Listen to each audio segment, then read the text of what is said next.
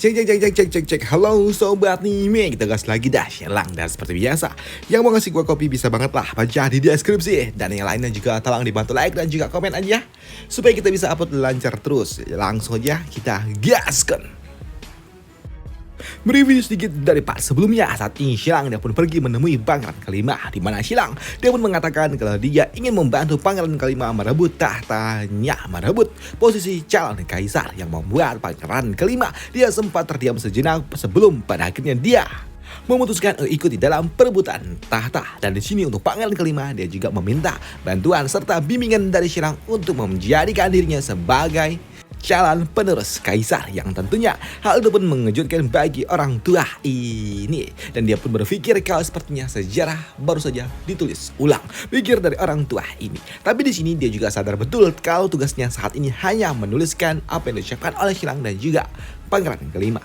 Dan benar saja, kini setengah jam kemudian pada akhirnya kaisar dia pun mengetahui apa yang dibicarakan oleh Shelang dan juga pangeran kelima, yang tentunya hal itu membuat kaisar agak sedikit kesal ketika dia berani-beraninya Shelang mengatakan sesuatu tentang dirinya yang terlalu arogan dan juga impulsif.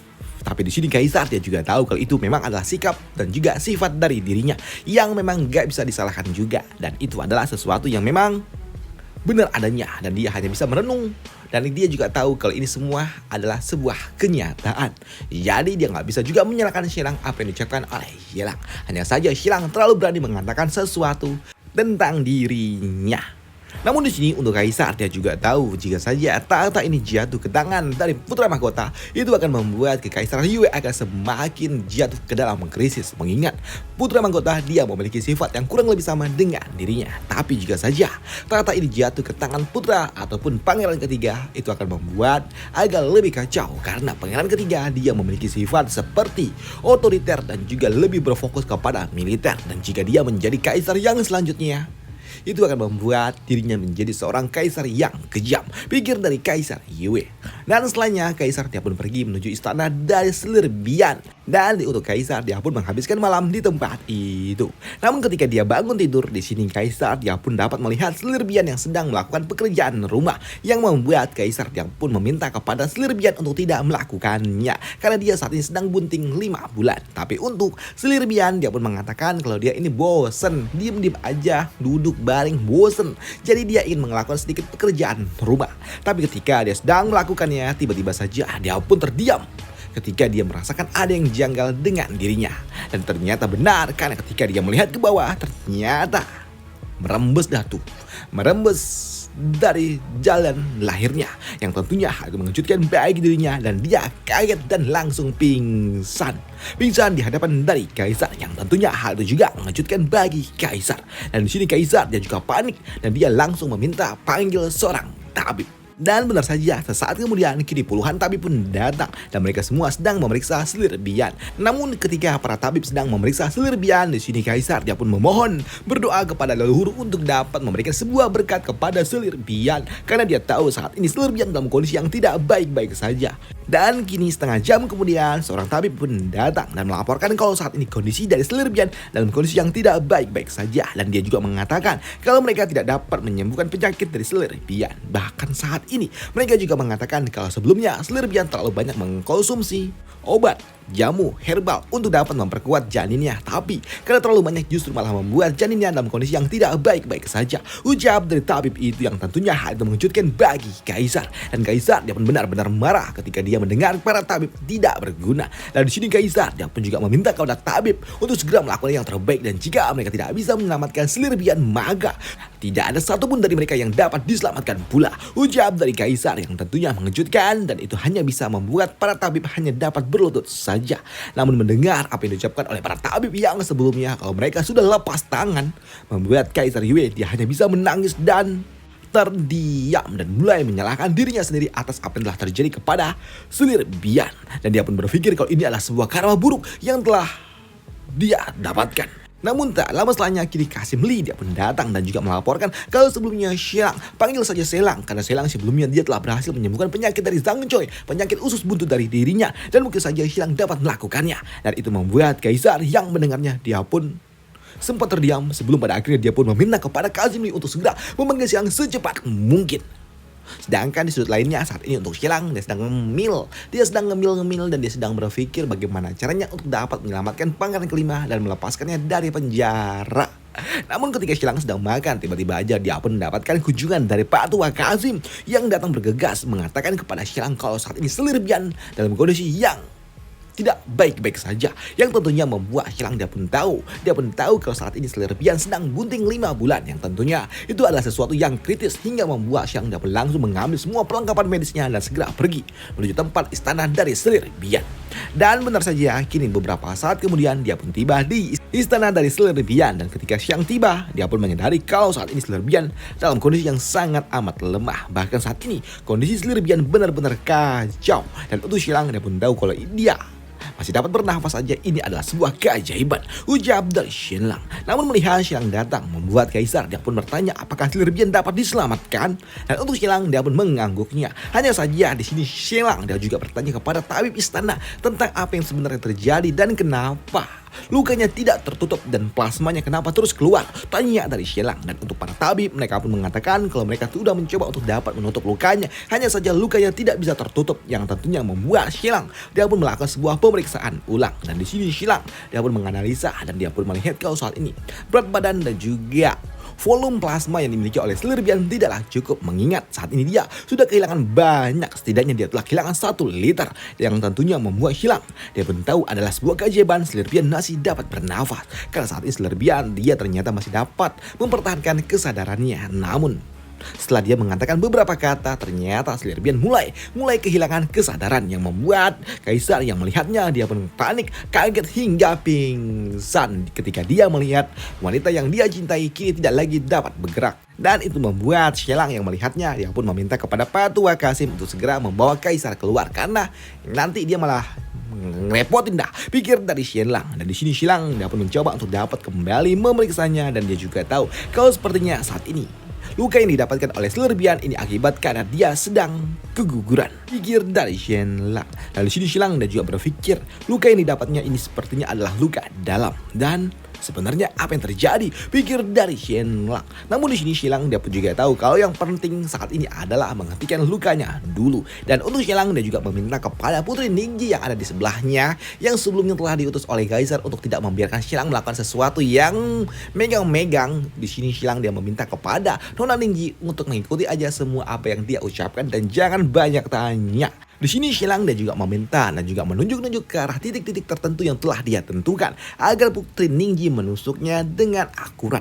Dia ingin melakukan sebuah titik akupuntur untuk dapat menghentikan plasma ini. Dan benar saja tak butuh waktu lama Putri Ningji pun melakukannya, yang membuat Xilang dia pun melihat kalau saat ini lukanya sudah menutup sedikit tapi belum tertutup semua, yang artinya ini masih dalam kondisi yang kritis. Namun di sini Xilang dia pun mencoba untuk dapat menganalisa tentang apa yang sebenarnya terjadi dengan Selir Bian. Namun kondisi Selir Bian yang sedang hamil 5 bulan membuat dia pun berpikir kalau sepertinya luka yang didapatkan oleh Selir Bian adalah luka yang berasal dari dalam, dan ini sepertinya adalah sebuah penyakit yang hanya bisa didapatkan oleh dirinya ketika dia sedang hamil. Artinya ini sepertinya adalah anemia aplastik, pikir dari Xilang, yang merupakan penyakit autoimun.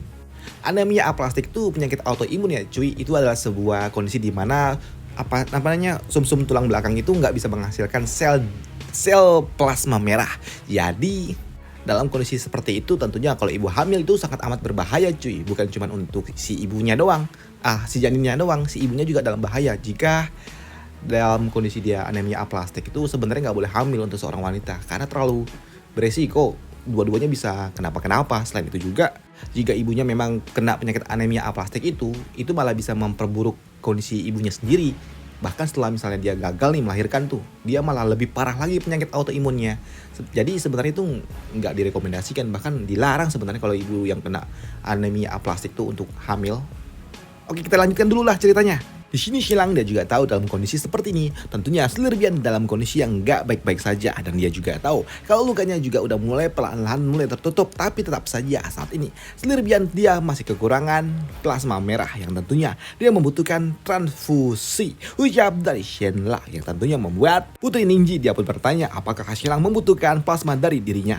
Tapi untuk Shilang dia pun mengatakan Nggak segampang itu, di mana Shilang dia pun mengatakan harus ada kecocokan dulu golongan penerima dan juga pendonor. Ucap dari Shilang. Dan kini Shilang dia pun melakukan sebuah pemeriksaan untuk golongan yang dimiliki oleh Nona Bian dan juga Nona Ningji. Dan di sini Shilang ketika dia memeriksanya ternyata nggak cocok. Esensi plasma yang dimiliki oleh Slirbian dan juga Putri Ningji nggak cocok, yang tentunya hal itu tidak mungkin dapat ditransfusikan. Dan itu membuat Kaisar dia pun melihat sepertinya Shilang membutuhkan plasma. Untuk Slirbian membuatnya pun menawarkan diri. Tapi untuk Shilang ketika dia telah mengambil sampel yang dimiliki oleh Kaisar ternyata nggak sama juga. Bahkan saat itu Kaisar dia pun panik dan dia pun meminta kepada orang-orang yang ada di istana ini untuk segera melakukan sebuah pemeriksaan pula. Namun ketika mereka sudah diambil sampelnya juga oleh Shenlang di sini ternyata tidak ada satupun dari mereka yang cocok, yang tentunya membuat Shilang dia pun bingung sebenarnya golongan apa yang dimiliki oleh Slirbian. Ucap dari Shenlang. Dan di sini Shilang dia pun melaporkan kepada Kaisar kalau tidak ada yang cocok dengan Slirbian, yang tentunya membuat Kaisar dia pun jadi tambah panik dan dia pun meminta kepada Pak Tua Kasimli untuk memanggil semua bangsawan-bangsawan yang ada di istana ini. Dan benar saja kini para pangeran mereka semua pun datang dan juga orang-orang penting mereka semua pun datang dan juga mulai diperiksa oleh Shenlang. Dan di sini Shilang dia pun mengambil semua sampel dari orang-orang itu, dan di hadapan dari mereka semua Shilang dia pun memeriksanya satu persatu. Tidak ada sebuah kejanggalan, tidak ada sebuah tipu-tipu. Di sini Shilang dapat mengambilnya tepat dan juga memeriksanya di hadapan dari mereka semua. Dan ketika diambil dan dicocokkan ternyata tidak ada satupun yang sama, yang tentunya hal itu juga mengejutkan bagi Shenlang. Bagaimana mungkin hal ini tidak bisa terjadi? Dan itu tentunya membuat Shilang dia pun juga berpikir sebenarnya apa yang dimiliki oleh Slirbian ini. Dan di sini Shilang dia pun berpikir apakah jangan-jangan dia memiliki golongan RH0? Pikir dari Shenlang. RH0 itu Golden Blow. Itulah gua mau ngomong itu tuh takutnya kena dolkun itu loh, apa namanya? Golden ini plasma, golden plasma. Gitulah. Kita lanjutin lagi. Di sini Shilang dia pun melaporkan kalau sampel yang telah diambil tidak ada satupun yang cocok, yang tentunya hal itu membuat Kaisar dia pun bingung bagaimana mungkin hal ini dapat terjadi. Tapi di sini Kaisar dia juga tahu kalau Slirbian dia memang istimewa, dia memang berbeda. Dari kecil dia memang penyakitan dan bahkan dia bisa bertahan sampai saat ini. Itu adalah sebuah keajaiban, ucap dari Kaisar. Namun untuk putra mahkota dia pun bertanya kepada Shilang, apakah mereka harus mengambil sampel dari 1 juta orang yang ada di ibu kota? Namun untuk Shilang dia pun mengatakan nggak bisa karena mereka juga kekurangan waktu, yang tentunya hal itu membuat Kaisar jadi tambah bingung. Dan di sini Shilang dia juga mengatakan kepada Kaisar kalau dia nggak punya dan nggak bisa melakukan apapun karena saat ini tidak ada yang cocok dengan golongan yang dimiliki oleh Putri ataupun Slirbian, yang tentunya membuat Kaisar dia pun panik. Dan dia cuma bisa pasrah dan dia pun menangis dan dia pun tahu kalau ini semua pasti adalah salah dirinya, dan dia berpikir kalau sepertinya ini adalah sebuah karma. Dan itu membuat Kaisar dia pun meminta kepada mereka semua untuk pergilah dari ruangan ini dan dia akan menemani Slirbian di sisa-sisa hidupnya, ucap dari Kaisar. Tapi ketika mereka semua akan pergi, di sini Kaisar dia pun terdiam. Dia pun teringat kalau masih ada satu orang yang belum diperiksanya, yaitu Pangeran kelima. Di sini Kaisar dia juga mengatakan kalau Pangeran kelima sama dengan Slirbian ketika dia lahir adalah sebuah keajaiban. Mereka berdua sama, sedari kecil mereka berdua telah dikutuk dan harusnya mereka memiliki yang sama kan, ucap dari Kaisar. Dan di sini Kaisar dia pun meminta kepada mereka untuk segera memanggil Pangeran kelima. Namun untuk Shilang dia pun mengatakan nggak ada hubungannya antara kelahiran yang sama dan juga kondisi plasma yang di dalam tubuh, nggak ada hubungannya. Shilang juga mengatakan kalau sebelumnya Pangeran kelima dia sakit-sakitan ketika dia kecil, itu dia akibatkan oleh penyakit hepatitis yang dia dapatkan, nggak ada hubungannya dengan kondisi plasma yang dia miliki. Tapi untuk Kaisar dia pun yakin ini semua ada hubungannya. Dan benar saja kini Pangeran kelima dia pun datang. Dan ketika Pangeran kelima datang, membuat mereka semua tutup hidung karena Pangeran kelima ada di penjara dan enggak mandi selama beberapa hari. Dan Karena mereka nggak punya banyak waktu di sini, mereka pun langsung mengambil sampel yang dimiliki oleh pangeran kelima. Dan di sini, di hadapan dari mereka semua, Shilangda pun memeriksanya tanpa ada sebuah sensor-sensoran. Langsung di hadapan dari mereka semua, Shilangda pun memeriksanya. Dan untuk Xiang sendiri, dia nggak yakin jika pangeran kelima memiliki sampel plasma yang sama. Tapi ketika dicocokkan ternyata sama. Dan apa yang akan selanjutnya terjadi? Apakah pangeran kelima akan memberikan plasma miliknya didonorkan kepada Slurbian atau tidak sama sekali, mengingat Slurbian pernah menolak permintaan tolong dari pangeran kelima? Akan kita bahas di part lanjutannya. Dan sampai jumpa di part lanjutannya untuk Xilang. Dan untuk Xilang mungkin akan update minggu depan atau 2 minggu lagi, karena untuk Xilang udah mentok sama roundnya ya cuy. Jadi kita next besok kita bahas low profile lagi. Udah itu aja infonya. Dan gue juga mau ingatkan, seperti biasa, channel geopolitik, perang, info militer semua ada di channel Shogun RT1. Dan jika kalian tertarik dengan geopolitik, bisa mampir di sana dan tonton dan juga bantu komen kayak apa gitu, kayak terserah. Tapi jika kalian tidak menyukai tentang geopolitik, nggak usah mampir ke sana. Nanti malah ngerusak algoritma. Waduh. Udah itu aja untuk part kali ini dan sampai jumpa di part lanjutannya. Bye. Thank you.